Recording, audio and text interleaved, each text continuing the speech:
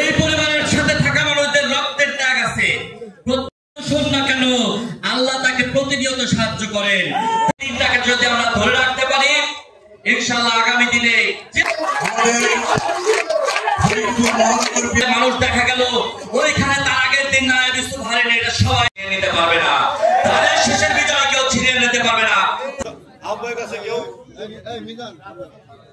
ইউসুফ আমর হোক, শহীদ প্রেসিডেন্ট জিয়াউর রহমান আমর হোক, সকলকে ধন্যবাদ। আসসালাম।